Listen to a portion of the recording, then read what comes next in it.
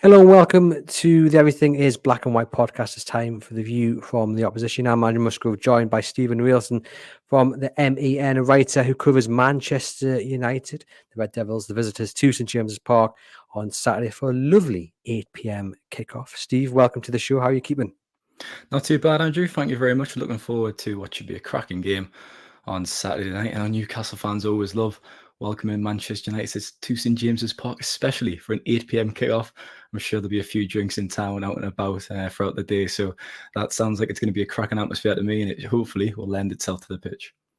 Yeah, I mean, listeners to the podcast know I've got a favourite phrase, and it is a great game for the neutral, and it does, an 8 p.m. kickoff, lend itself, hopefully, to that.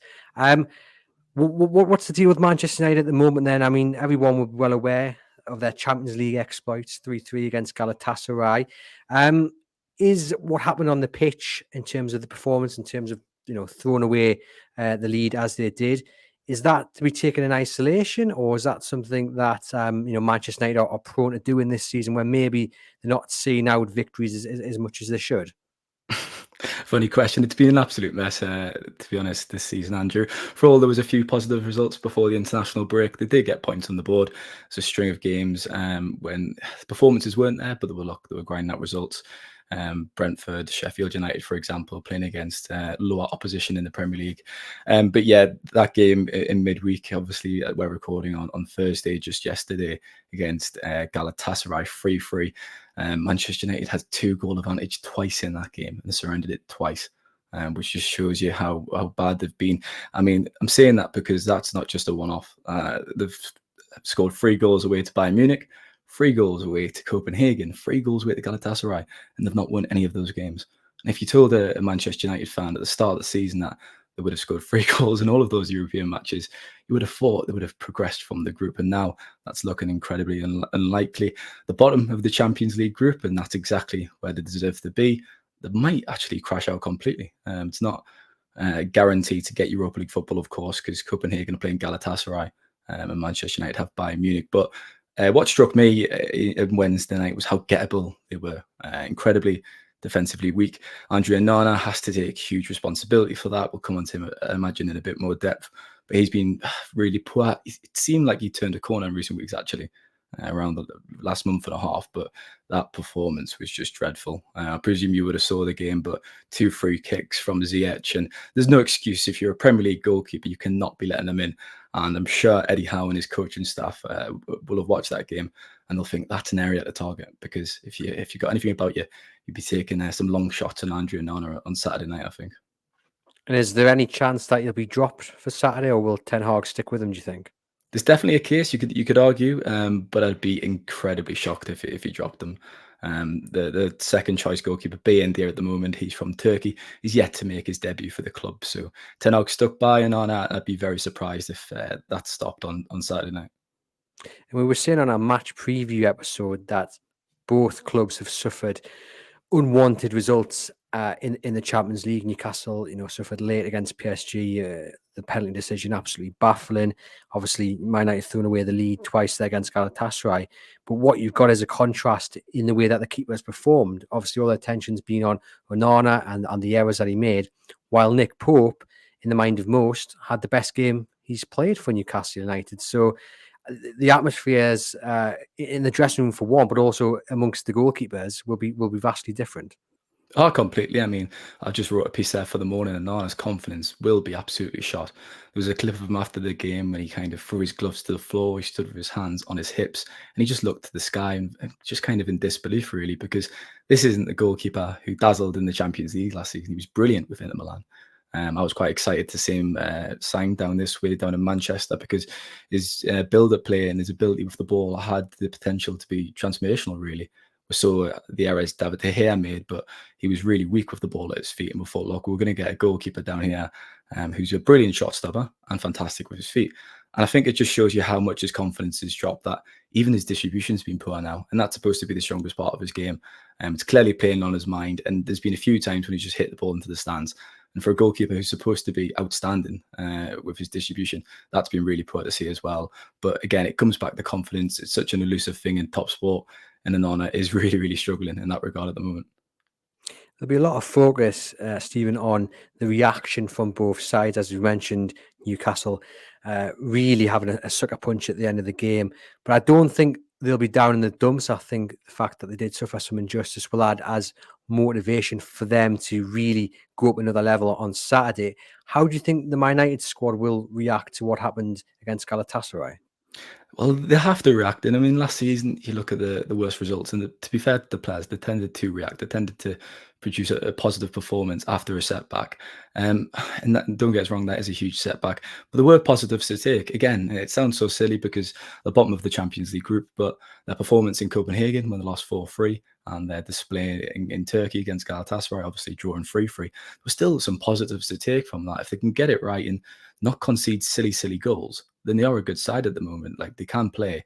But it comes back to that defensive record. They've conceded 33 goals this season. I think that's the most at this stage of any season since, I think it's 1962, 63. So it just shows you in 60 years, they've defensively not been this bad.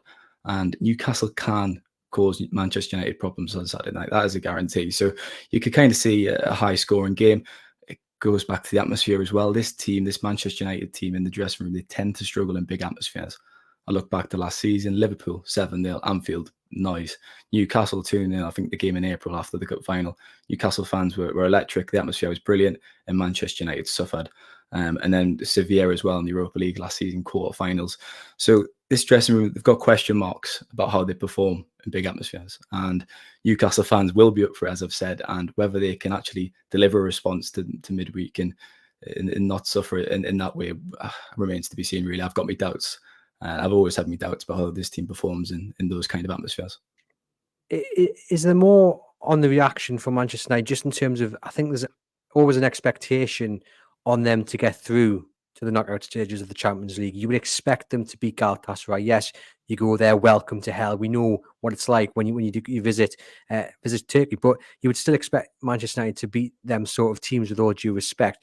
And do you think the fact that obviously they've thrown away the lead, but they're also bottom of this group, and there's a real chance they'll go out and maybe not even get Europa League football? Will that be weighing on the mind of the players going into this game on Saturday? I know that they're different competitions, but there's a lot going on in the background, isn't there? There's always pressure and there's always noise. At the press conference a few days ago, Karen and Bruno Fernandes was asked a similar question, really, and he said, "Look, it's part of being a Manchester United player. You're always going to be criticised for something." So I think, to be honest, I think the players are used to that. The manager's used to that as well. There's always going to be people from the outside, us in the media, questioning them and what they're doing at the moment. But yeah, there is pressure to perform. Obviously, going into Saturday's game. There's obviously the other subplot of their meetings last season, the cup final, the 2-0, and that's an interesting dynamic as well. And of course, we've not even mentioned the most recent game at Old Trafford, the 3-0. Ten Hag picked a strong team, a team definitely strong enough to beat Newcastle's side, with all due respect. I mean, Eddie Howe, was it his third side really that he picked that day? There was probably around 5 fullbacks on the pitch for Newcastle. So that's added motivation for Manchester United this weekend. Yeah, Paul Dummett had an absolute storm, as he did against City in the round before. And you mentioned just earlier about the atmosphere at St James's Park. Newcastle's home form is remarkable. They've 6 at home, 5 wins. Only Liverpool have beaten them so far at home. But Manchester United's away record is rather good, but they've also got the downside that they're not very good against teams in and around the top 6. Is that right? Flat track bullies, Andrew. That's what they are. Last season, away to the last season's top 9, they got just 1 point away from home in away games against the teams who finished in the top 9, which is just, when you put it like that and you just look at it isolated, it's terrible. It's abysmal. There's no excuse for it. They were really comfortable against lower sides, like I say, the bottom half teams, and they'll always do well and kind of excel in those type of matches. But on the road against better teams, as I've just said, they do tend to struggle. And then when you look at Newcastle's home record and you look at Manchester United's record against better teams, it really doesn't look good for those in red shirts, I don't think. And it's interesting because Newcastle United are suffering from injuries. They had 14 players unavailable against PSG, some due to the weird UEFA rules about who's available and who's not. But the team that started against PSG and actually finished against PSG, because Eddie Howe didn't make any substitutions, is likely to be the side you would think starts against Manchester United on Saturday. And given that, the element of tiredness, given the fact that they are missing some big players through injuries, the likes of Joe Willock, Callum Wilson, potentially Sean Longstaff, you would think Manchester United are looking at this game and thinking, we've got a real chance here. But on the flip side, I think Newcastle aren't for Manchester United, even despite all the elements I've just put into play from their side. And I think Newcastle United will definitely fancy themselves against Man United. They'd have to. They'd have to. I mean, there's no fear factor anymore. I think perhaps last season, their form at Old Trafford was excellent, to be fair, and they kind of had that reputation again when teams came to visit Manchester and played at Old Trafford, where they thought, okay, we might struggle. But if you're welcoming Manchester United to your stadium, you have to fancy your chances. You have to take the game to them. I think Newcastle are an excellent pressing side, and that will cause Manchester United problems. In the midfield is going to be a huge battle on Saturday as well. It's going to be a really key area. Obviously, Joe Linton and Bruno Guimaraes are fantastic players. And this season, the midfield at Manchester United, it's just not been settled. It's been a problem area. Casemiro is criminally underperformed. He's been really, really poor. He's actually out injured at the moment, so obviously he won't be in contention to feature. But I expect Bruno Fernandes and Scott McTominay to both play. And an interesting name, actually, Kobbie Mainoo, who's only 18 years old. He's come into the fold in recent weeks. I've watched a lot of him in youth football. Some people I talk to believe he's got the potential to go on and play for England. He started against Everton at Goodison Park when Man United won 3-0, and he was fantastic. I was very surprised he didn't start against Galatasaray, actually. They needed his composure, which is incredible to say for an 18-year-old who was making his full Premier League debut against Everton. They needed his composure against Galatasaray. Sofian Amrabat started instead. He's been very poor. Believe it or not, they paid £10 million to loan him, which we can talk about Manchester United's disastrous transfer record all day. The podcast isn't long enough, but he's another example of a poor signing. So I think Mainoo, Fernandes and McTominay will be the midfield, and it would be fascinating to see how they get on against Newcastle. Well, it's interesting you described the young chap there. Our listeners listening to you, if they'd missed you introducing him, maybe we're thinking you were talking about Lewis Miley, Newcastle's 17-year-old midfielder who has just blown people away this season, so composed against Chelsea. Then he goes up against the stars of PSG and he just looks at home against the biggest and best. And he will likely, as we said, start on Saturday. And I'm really looking forward to seeing him get a real run of games. And for a 17-year-old lad, he just looks like someone who's been playing the game for years. And well, it's a really cliche, but sorry, Andrew, if they're good enough, they're old enough.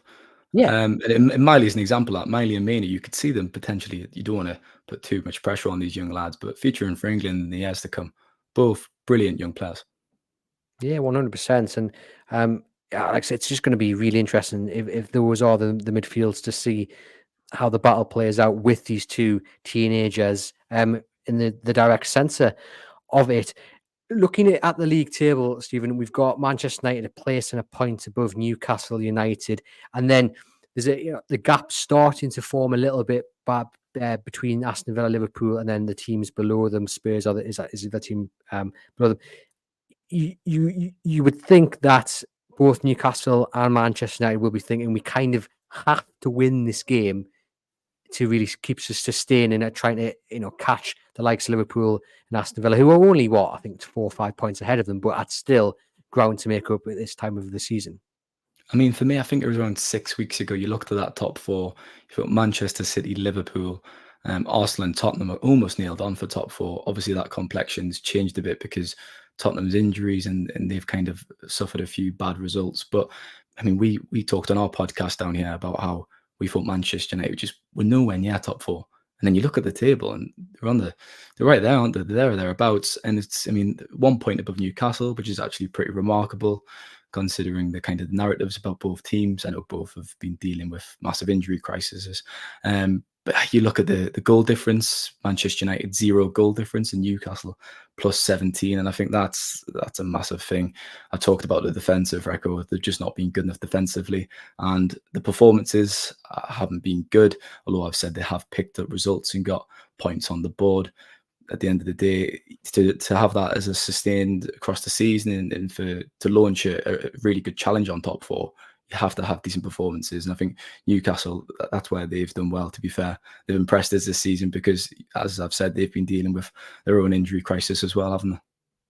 Yeah, indeed. It'll still probably be 11 players out for Saturday. We're not expecting anyone back. Now, as Stephen said at the start of the show, we're recording this on Thursday, so that's ahead of Eddie Howe's press conference, ahead of Ten Hag's press conference as well. So we may get up some updates, at least from a Newcastle point of view, on maybe Sean Longstaff. But at this point, we're not expecting anybody back.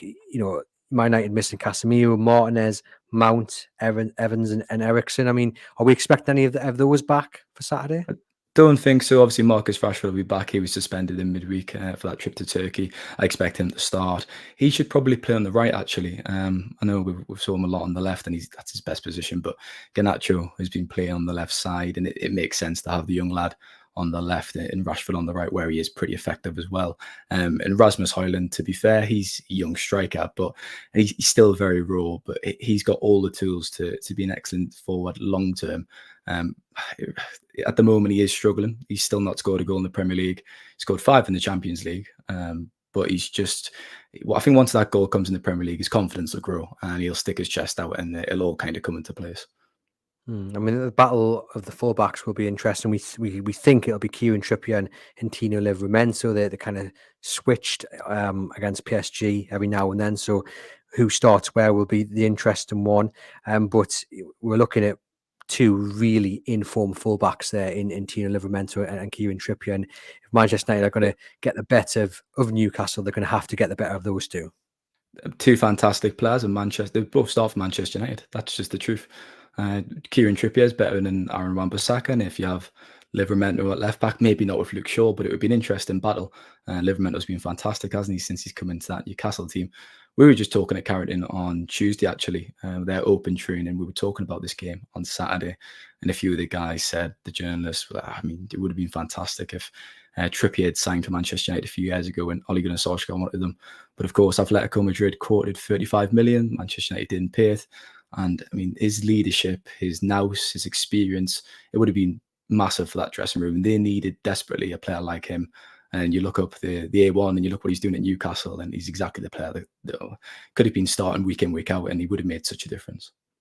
Oh, he's been tremendous. He's arguably the most important signing of the new era so far. Like you said, the leadership he brings to the organisation, and he's very good at it as well at winding up the opposition, getting in the air or a little dig here and there, and that works, especially in these big games as well, and especially if you're coming into this game as the opposition not feeling 100% about things, if you're a little bit down. If you allow yourself to get wound up by Kieran Trippier, that could have a massive benefit for Newcastle United. Yeah, completely. I think everyone watches Bruno Fernandes, and a lot of it is made about his demeanour and the way he carries himself. He's kind of similar. He will try to get in Newcastle's, he will try to wind players up, a bit of gamesmanship, of course. And I guess there is this re-emergence, should we say, of this rivalry from the 90s and the very early 2000s between Manchester United and Newcastle. And to be fair, since the takeover, the games have been fantastic, with the exception of the 0-0 at Old Trafford, actually, in October 2022. I think that's when I was last on this podcast. That was a bit of a dull affair, wasn't it? But we'll skip over that, and hopefully Saturday's another cracker, because, like I say, there has been some really interesting games. Well, it's funny you mentioned that game, because if memory serves me right, Joe Linton should have scored with a header, and in the previous 2 or 3 games, he's missed 2 or 3 sitters with his head. So fingers crossed on Saturday, if he gets another chance to head a goal in, he'll get this one. Just in terms of Man United scoring goals, I've mentioned the forward line. I was a little bit shocked to see they've only scored 16 in the Premier League this season, which is a very low amount for a top 6 side in terms of where they are at the moment in the table. I mean, if you look at last season and you take Marcus Rashford out of that team, it would be exactly the same. Rashford shouldered the burden of scoring a lot of goals last season. He scored 30, which was the best season of his career.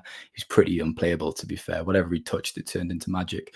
He found the back of the net. He was exceptional. He is the ultimate confidence player, though, and his form has dropped off a cliff this year. We've seen it before with Rashford. When things don't go his way, he kind of sulks. His body language, supporters are getting really quite tired with him. They're running out of patience. He obviously scored against Everton. Bruno Fernandes handed him that penalty, but he's just scored 2 goals this season. So, put simply, if Rashford's not scoring, the team really struggles. You look at the other attacking players. I've mentioned Højlund, who will be an excellent long-term signing, I'm sure of it. But for now, he's very raw. The club knew what they were getting. They knew they weren't going to get a striker that was going to hit the ground running, and they admitted that. Anthony, £86 million, potentially the worst signing in the Sir Alex Ferguson era, which is an incredible statement, Andrew. If you look at their transfers, and then Garnacho as well, who's another young lad on the left. To be fair to him, the talent has always been there, and the challenge for him has been producing performances consistently. And against Everton, he scored that remarkable goal. Words don't do it justice. And then against Galatasaray, he scored as well. So perhaps Garnacho is going to start chipping in a bit more. He is looking quite good. And look, if Rashford starts scoring again, then the team will start to click. But until then, they will continue to struggle for goals. Yeah, Anthony's the one I think Newcastle United fans really like to wind up. Dan Burn did a good job of him back in that 2-0 victory last season. As we mentioned, both teams have played Champions League football this week. How will Man United be dealing with the quick turnaround? Do you think there'll be many changes, or do you think it'll be largely the same team? Will they be tired? Obviously, they've had to travel back from Turkey, but I often think when people ask about can the squads deal with the quick turnaround, it's often like, well, yeah, private jet, best gym memberships in the world. This should be all right, right? I mean, yeah, you see, we just sit in our offices and whatnot and think it's all easy. But to be fair, I mean, there's a lot of traveling, hotels involved, etc. Time away for the family. So maybe it's not that simple. But I'm sure if we were professional footballers, Andrew, we would not have a problem, would we? Of course. Regarding the turnaround, I mean, I think they're used to it, to be fair. They're always in European competition, whether that be the Europa League or the Champions League. And I thought that was going to be a huge challenge for Newcastle this season, actually, because I don't think people understand. Sometimes when you're playing in Europe, you'll have literally one training session before a game. Manchester United's players are used to that. I thought Newcastle might struggle with that this season, especially with the size of their squad. Regarding changes, Rashford will come back into the side. I'm pretty sure of it. He'll start on the right.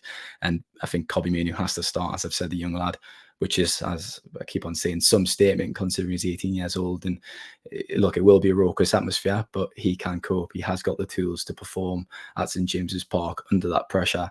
And I think he simply has to start in front of that defence for me. I think one of the big things, and I look back to maybe the cup final last year, is did Newcastle United believe they belonged at the elite level? Did they believe they could beat an elite team like Manchester United? And I think what we're starting to see is that actually they do believe they are at a level where they are going to stay and where they do belong. We saw that with the win not too long ago over Manchester United. We saw it last week with Chelsea, who I know, with all due respect, aren't the Chelsea of old, but there doesn't seem to be a fear from Newcastle United, and there's a massive belief that they can take on anyone and beat anyone. And I think we'll see that again on Saturday. Do you think, from an opposition point of view, teams, and obviously Man United in specific, are maybe starting to look upon Newcastle as a really dangerous side, and actually maybe it's Newcastle that carry that fear factor for other sides? It's definitely changing, I think, gradually. I'm not sure I'd use the word fear right now, maybe in a couple of years, but I mentioned the kind of re-emerging rivalry, and I think that's part of it, to be fair, because supporters down here are looking, hang on a minute, they're actually going to be a threat. You look at that 3-0 at Old Trafford in the Carabao Cup. If Newcastle can come down here and knock them out with their third reserve side, then they're obviously are going to be a threat, I guess. Long term, I mean, there is a bit of envy in the sense of how Newcastle are run. You look at the management decisions at Manchester United and the people they have at the boardroom level of the club. It's been an absolute mess over the last 10 years. They've spent over £1 billion, and look where they are. They've got no further, not won the Premier League in that period, obviously. And you look at someone like Dan Ashworth, who Gary Neville was talking about recently in the same breath as the Manchester United job. You look at the role he's done, overseeing transfers, really clever recruitment, a smart strategy aligned buying players for the club and not for the manager. That's just not happened at Manchester United, and that's where they've gone wrong. So I think in that sense, yeah, people are looking up at Newcastle down here and thinking we would like a bit of that in the sense of how they are run. Because, like I say, the decisions down here have just been so poor. There's a football director, believe it or not, called John Murtagh, which I always find quite interesting that people don't realise Manchester United do have a football director. Because you wouldn't believe it looking at the transfers. But yeah, Dan Ashworth, I think, was a brilliant appointment, and there's recognition of that down here. Yeah, well, any Man United fans who've stumbled across this podcast, keep your hands off Dan Ashworth. He's not going anywhere. He's going to stay at Newcastle United because there's the project well underway here, and it's not doing too badly so far. In terms of the way Man United will approach the game, are we thinking they're going to have a lot of the ball? Are they going to invite Newcastle United on? how do you think they're going to do it on the pitch? It's a really interesting question. Ten Hag has been quite contradictory with his comments on the style that he wants to play. I think when he first arrived at the club, everyone expected an Ajax type of style, dominating the possession. But he's kind of since said he wants them to be the best transition team in the world. That's a direct quote, which obviously involves counter-attacking. I think they actually are best on the counter-attack. You look at some of their best performances under Solskjaer, actually, in the Manchester derby, they actually overachieved using that style. And if they do try, you look at the game on Saturday, if they do try dominate the ball, I just can't see it happening. That will be the aim. But Newcastle's pressing and their intensity, I just think that's going to be really hard to do. You look at that game in April, and Newcastle stunned Manchester United with just their intensity from the first whistle, really. There was obviously that clip of Eddie Howe in the dressing room beforehand as well, which I'm sure will get a mention in the lead up to this game from a Manchester United point of view. So yeah, I think the first 20 minutes will be key because Newcastle will come out fast. We know that. They'll come out with intensity. And if Manchester United can just survive that period, quieten down the crowd, get a foot on the ball and start to roam up the pitch and get into the final third without conceding, that'll be key. I mean, it's really interesting. We mentioned it on Monday's episode of the podcast that what Newcastle United did against Chelsea, we saw two sides. We saw a team that's really good on the counter, really good at pressing, but we also saw a team that was comfortable with the ball and that who knew they had to go against a team that was just going to sit back and try and absorb the pressure. And Newcastle handled it, and they seemed to have a more than just one plan to approach a game, and it's really refreshing to see because most sides kind of just they do one or the other, whereas Newcastle seem at home doing both when they're called upon. In terms of Man United's biggest weakness that Newcastle can exploit, is it slightly unfair to say it is Onana, or is there anything else you'd want to pinpoint? You'd have to say that after midweek. As I said, you'd be foolish not to be taking some long speculative efforts, I think. He has to be tested from a Newcastle point of view. Onana, from his perspective, he will have to make a good start of the game. Otherwise, he will look low on confidence and he will be inevitably targeted anyways. The midfield, as I've said, that's a massive area. If Newcastle can really dominate that area of the pitch and boss that kind of part, then they'll have a massive chance. And I've mentioned fullbacks on this podcast a few times, Andrew. I know last time I was on, I gave a shout out to Diego Dallo and said for all his improvement, he's defensively not very good. I don't expect him to start, to be fair. It should be Aaron Wan-Bissaka at right back, who is a brilliant one-on-one defender. So that'll be an interesting battle with Anthony Gordon on that side, down that the east stand, isn't it? Down by that way in the second half if they're attacking towards the Gallagher. And left back Luke Shaw, he's come back from injury. Obviously fantastic left back. So look, the Newcastle could get joy in the fullback areas. They should be able to dominate the midfield, I would say, if they come out with intensity and purpose. And yeah, they have to really test Andrew Onana because he is a weak spot at the moment, undeniably. Yeah, you've got to be shooting on sight, haven't you, to see if you can get one past them and get the ball in the box as well to get them a little bit nervous. In terms of the main strength that Newcastle will have to stop, what are you putting forward? I think individual quality, because for all I've just talked about their weaknesses and how much they've struggled this season, they've still got some fantastic players who are capable of producing at any given moment. You look at Højlund, for example, if he breaks on the counter-attack, he's got absolutely blistering speed. He can get in behind Newcastle and really punish them. And Rashford, for all he's struggling and out of sorts, he can pop up on any side and kind of punish teams as well. So we've kind of talked about the team struggling for goals, and I've just picked out the attackers as the biggest threat, but that's the kind of way it's going this season. But as well, I'll give another shout out to Kobbie Mainoo. Because I really do rate him. I think he's a fantastic young midfielder and he could actually have a big influence on the game. Well, that leads us into the penultimate question. I was going to ask you, who's the man that Newcastle will be pinpointing to keep quiet? Is it one of those two that you've just mentioned?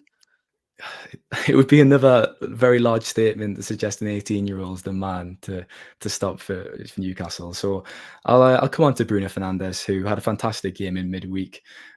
Maybe his goals and assists, he's created fewer in the last 18 months or so, but I think he's actually polished his game and he's been a lot better all round. So he is still a fantastic player. I know he probably doesn't get the praise he deserves in the wider media because of his behaviour and the way he addresses referees, but he had a really good game in Galatasaray actually. And when Fernandes plays, they do tend to play well. When Fernandes plays better, the team do play better as well.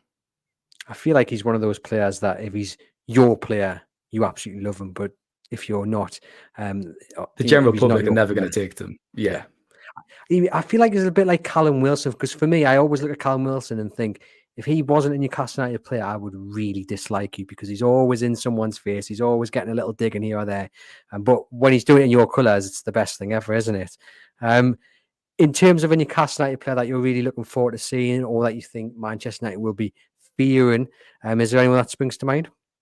I think Anthony Gordon's really good under the radar this season. We were talking about him again in the press room actually on Tuesday at Carrington, talking about the impact that he's had and how he's added goals to his game actually, because he didn't really have that evidence, I don't think, in an abundance.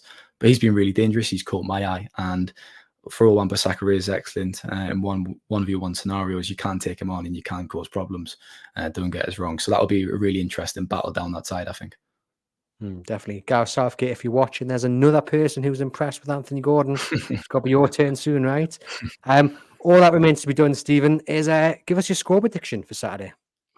I think I was the only one who didn't think they'd win. There was actually quite high confidence in the Manchester camp for Manchester United's game against Galatasaray midweek, and I thought they'd regress back to what we saw because of how they struggle in away atmospheres and loud crowds. I'd have to say Newcastle win for that reason, and I'll go 2-1 because I can still see Manchester United getting on the score sheet. But I think Newcastle's intensity at home, a Saturday night kickoff under the floodlights, I think that's going to be massive. And I think Man United are going to really struggle to deal with that, actually. Good recovery there with the word of United. You realise what I did. I almost did it. I almost fell into the trap. But yes, your reasons that you've just given there for why Newcastle United may win are exactly the reasons why I've gone for a 3-1 win. Plus the injustice of what happened on Tuesday. I just think there's just so many elements kind of going for Newcastle United, which will just boost them up to an even higher level. And yeah, at home, they're just a force to be reckoned with. So I am going for a win for Newcastle, 3-1. It's going to be an interesting game, as I said at the start, one for the neutrals, I think. Stephen, thank you very much for popping on to the Everything It's Black and White podcast. A pleasure, as always. To you guys watching, listening, please hit subscribe or follow, depending on which platform you're watching us through or join us on. And head over to chroniclelive.co.uk for all the latest Newcastle United news.